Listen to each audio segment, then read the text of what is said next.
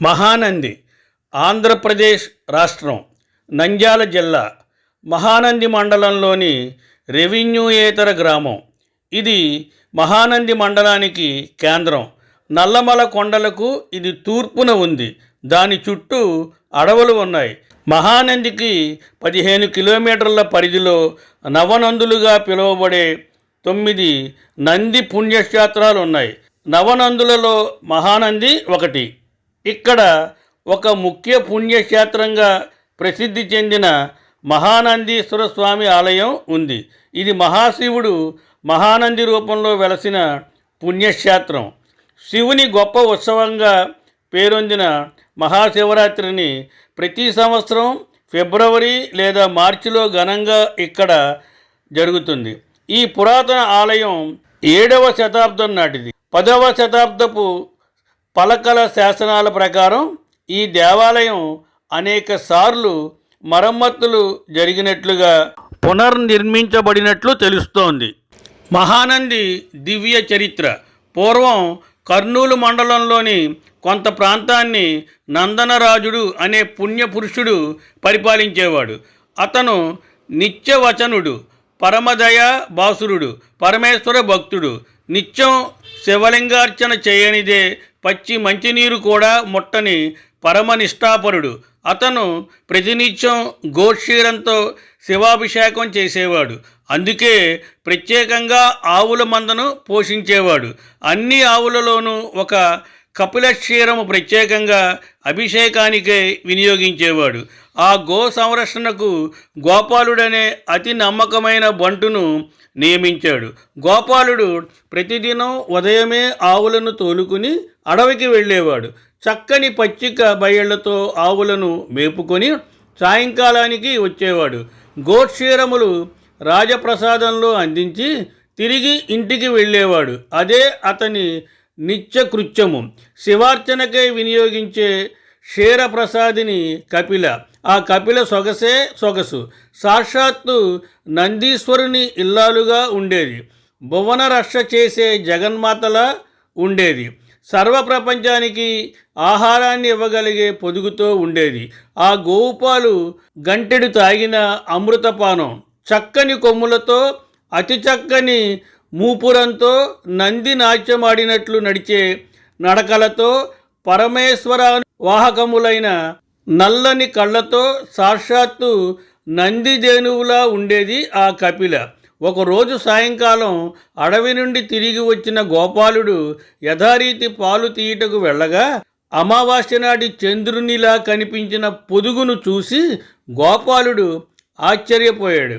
పాలకే వదిలిన దూడను తన్నినది గోవు. పాలు తీయుటకు వెళ్ళిన గోపాలుని తన్నింది. తల్లిని మించిన తల్లి సాధువులలో సాధువు.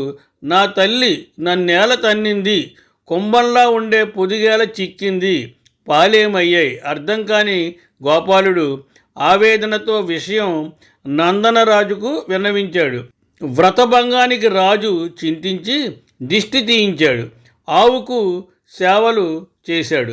మరుసటి రోజు యథాప్రకారమే అయ్యింది. 3వ రోజున అదే జరిగింది.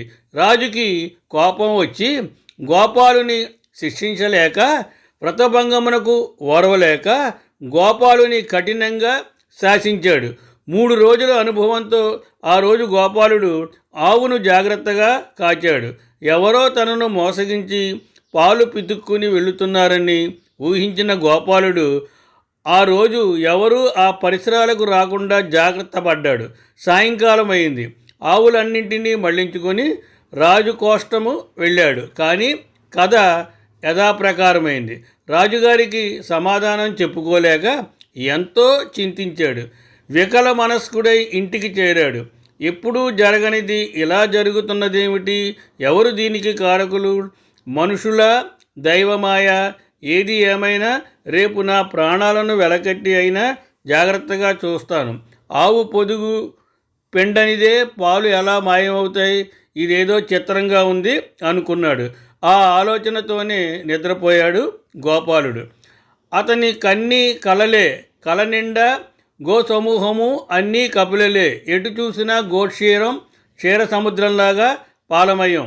ఆ పాల మధ్య పరమేశ్వర సమేతుడైన ఈశ్వరుడు చూడగా చూడగా పసిబాలునిలా మారి పరమేశ్వరుడు పాలు తాగుతున్నాడు.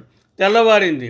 కళ అర్థం తెలియక ఆందోళనతో ఆనాడు విషయం తెలుసుకోవాలనే పట్టుదలతో ఆవుల మందతో వెళ్ళాడు గోపాలుడు.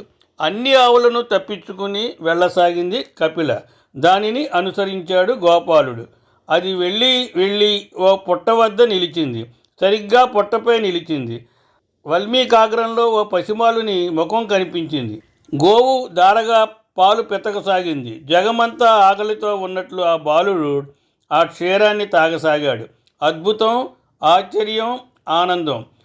పాలు పితికిన గోవు తిరుగుముఖం పట్టింది. యథావిధిగా విషయమంతా వివరించాడు గోపాలుడు. నందనరాజుకు విషయం తెలియలేదు. ఆశ్చర్యంతో విషయమంతా విన్నాడు.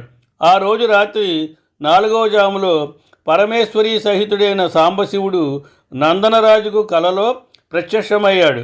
నందనరాజా, నీవు ధన్యుడవు. నీ రాజ్యము ధన్యము.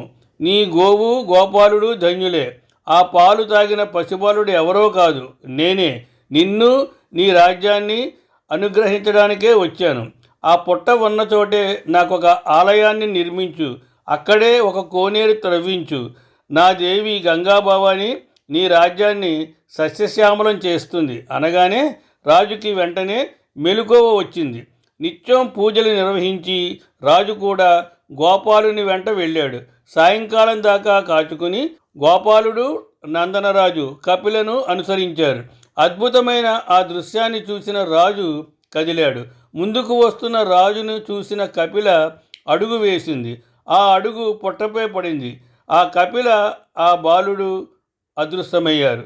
రాజు తన తొందరపాటుకు నొచ్చుకున్నారు.